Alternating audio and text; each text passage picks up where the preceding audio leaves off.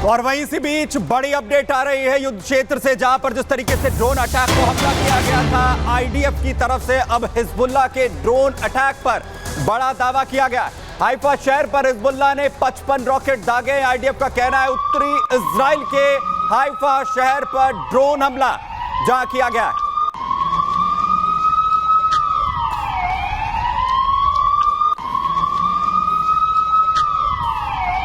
तो 55 हमले यहां पर ड्रोन अटैक के किए गए हैं, यानी नेतन्याहू पर आखिर जो है वो हमला किया जाता है, रॉकेट यहां पर दागे जाते हैं। लेकिन क्या नेतन्याहू पर हमला मुमकिन है?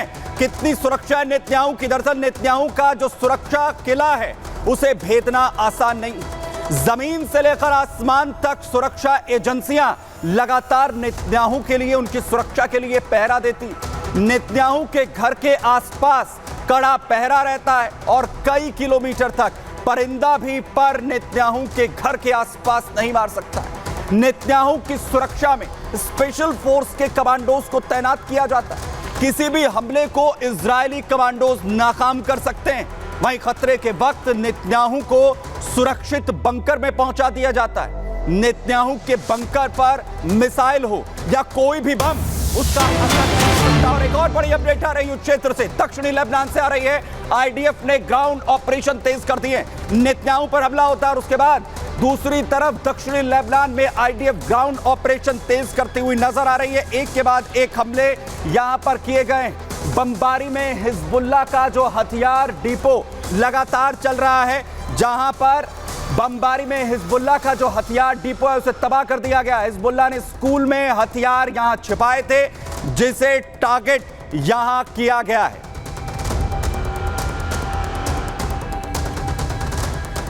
वहीं दूसरी तरफ नेतन्याहू को मारने की भले ही प्लानिंग हो रही, लेकिन इजराइल ने तारीख मुकर्रर कर ली और इसकी जानकारी क्या अमेरिका को भी है? जरा ग्राफिक्स दिखाइए। क्या अमेरिका को भी इसकी पूरी तरीके से जानकारी है? ईरान पर जो हमले की डेट है, जो तारीख है, वो क्या इजराइल ने मुकर्रर कर रखी? और ईरान पर हमले की इस तारीख को क्या अमेरिका को भी बता दिया गया इजराइल की तरफ से? उसने बताया कि उसकी प्लानिंग क्या है, कौन सी तारीख है, कौन सा टारगेट है? ये बाइडेन को भी क्या जानकारी है? क्योंकि बाइडेन ने बड़ी बात कही है जब उनसे जानकारी लेने की कोशिश हुई कि आखिर इजराइल क्या करने वाला है। उन्होंने कहा मुझे पता है। क्या कह रहे हैं बाइडेन, सुनिए। We have a good understanding right now what Israel is going to do in response to Iran's October 1st attacks and when they will actually respond to Iran. Yes and yes. Can you tell us? No and no. तो Biden कह रहे हैं कि हाँ मुझे पता है, America को पता है क्या प्लानिंग है यहां पर इजराइल की, लेकिन वो साझा नहीं करेंगे। क्या बड़ी बात यहां पर कही गई है बाइडेन की तरफ से, जिसके बाद ईरान की टेंशन कहीं ना कहीं बढ़ती दिख रही है। ईरान के खिलाफ युद्ध में अमेरिका इजराइल के साथ लगातार खड़ा हुआ। अमेरिकी राष्ट्रपति जो बाइडेन के बयान से इस बात की पुष्टि हो चुकी है। बाइडेन जानते हैं कि इजराइल कब और कैसे ईरान पर बड़ा हमला करने वाला है। ईरान पर हमले के बारे में बाइडेन को एक एक जानकारी इजराइल की तरफ से दी गई है, लेकिन बाइडेन ने इसका ब्यौरा देने से साफ मना कर दिया है। बाइडेन ने अपनी बर्लिन यात्रा के दौरान दरअसल यह बयान दिया। बाइडेन बर्लिन यात्रा पर थे, जहां उन्होंने कहा कि हां मुझे यह जानकारी है, इजराइल की तरफ से साझा किया गया है, लेकिन मैं उसे नहीं बताऊंगा। यानी पूरी तैयारी यहां पर हो चुकी है कि अटैक आखिर कैसे होंगे। और दूसरी तरफ आप देखिए याह्या सिनवार, जिसे खत्म कर दिया गया, लीडरशिप हमास की पूरी तरह से खत्म कर दी गई। सिनवार की मौत के बाद की जो तस्वीरें वो सामने आती हैं, जिसमें सिनवार नजर आता है। लेकिन सिनवार की मौत को लेकर जिस तरीके से बड़े हमले किए जा रहे थे, हमास एक के बाद एक अब घुटनों पे आ चुका है, उसकी पूरी लीडरशिप खत्म हो चुकी है।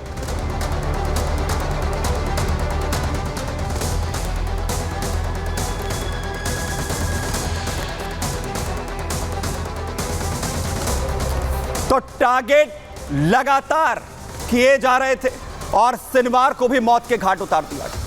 लेकिन बड़ी बात क्या है कि राष्ट्रपति बाइडेन ने क्या कहा सिनवार की मौत को लेकर। सिनवार की मौत पर, सिनवार की मौत दुनिया के लिए बड़ी खबर है, अच्छी खबर है, यह अमेरिका कहता है। 4 अमेरिकी अभी भी हमास के पास बंधक है, बाइडेन ने कहा।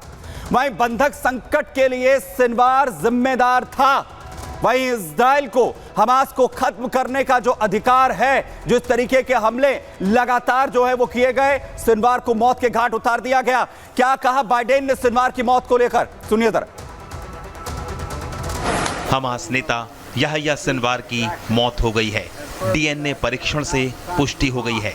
यह इजराइल, अमेरिका और पूरी दुनिया के लिए अच्छा दिन है। सिनवार 30 से ज्यादा देशों के नागरिकों की मौत का जिम्मेदार था। वह 7 अक्टूबर के नरसंहार, बलात्कार और अपहरण का मास्टरमाइंड था। आज का दिन एक बार फिर साबित करता है कि दुनिया में कहीं भी कोई भी आतंकी बच नहीं सकता, चाहे कितना भी समय लगे। तो सिनवार का अंत दुनिया के लिए अच्छा है, लेकिन तारीख कौन सी होगी जो बाइडेन नहीं बता रहे हैं, टारगेट कौन से होंगे, देखिए इस रिपोर्ट में।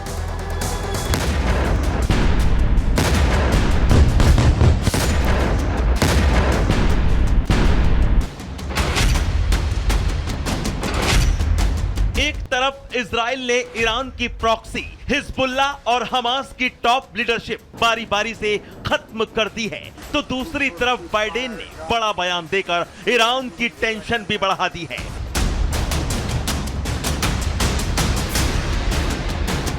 ईरान की धड़कनें बढ़ गई हैं, क्योंकि बाइडेन ने मीडिया के सामने बता दिया कि अमेरिका को मालूम है कि ईरान पर हमला कब और कैसे होगा। बाइडेन ने ये संकेत दे दिए हैं कि वो तारीख जानते हैं जब ईरान इजरायली हमले से दहल उठेगा। यानी अमेरिकी राष्ट्रपति बाइडेन ने इस बात पर मोहर लगा दी है कि ईरान के खिलाफ युद्ध में इजराइल और अमेरिका एक साथ खड़े हैं। ईरान के खिलाफ जो कार्रवाई करनी है इजराइल ने, इसके विषय पे उनकी तकरीबन आए दिन बातचीत हो रही है अमेरिका के साथ में। इसलिए जो बाइडेन को कौन से टारगेट्स चुने गए हैं जिनके ऊपर हमला करना है और कौन सी तारीख को हमला किया जाएगा, इसके बारे में पुष्टि जानकारी है। मीडिया ने हमले की तारीख की डिटेल मांगी तो बाइडेन ने कह दिया, कुछ नहीं बताऊंगा, सब सीक्रेट है। इससे साफ है कि इजरायली प्रधानमंत्री नेतन्याहू जो भी कदम उठा रहे हैं या उठाएंगे, उसकी सीधा जानकारी व्हाइट हाउस में साझा की जा रही है। तो तारीख मुकर्रर हो चुकी है और साथ ही जगह भी, नए ठिकाने क्या इजराइल ने यहां पर बना लिए हैं। कहां पर ईरान में हमले कर सकता है। सबसे पहला हमला क्या ईरानी सेना पर इजराइल की तरफ से किया जाएगा, यह पहला हमला होगा। वहीं हथियार डिपो ईरान के, जहां पर अटैक किए जा सकते हैं ईरान पर इजराइल की तरफ से। और इसके अलावा बड़ा अटैक क्या ईरानी एयरबेस पर भी इजराइल कर सकता है। इसके साथ ही IRGC के जो ठिकाने हैं उन्हें भी निशाना बना सकती है यहां पर इजरायली फोर्सेस, क्योंकि टारगेट लगातार सेट हो रहे हैं। और इसी के साथ ये संग्राम, ये कोहराम और भी खतरनाक और भी भयंकर होता हुआ नजर आएगा। संग्राम में आज के लिए इतना ही।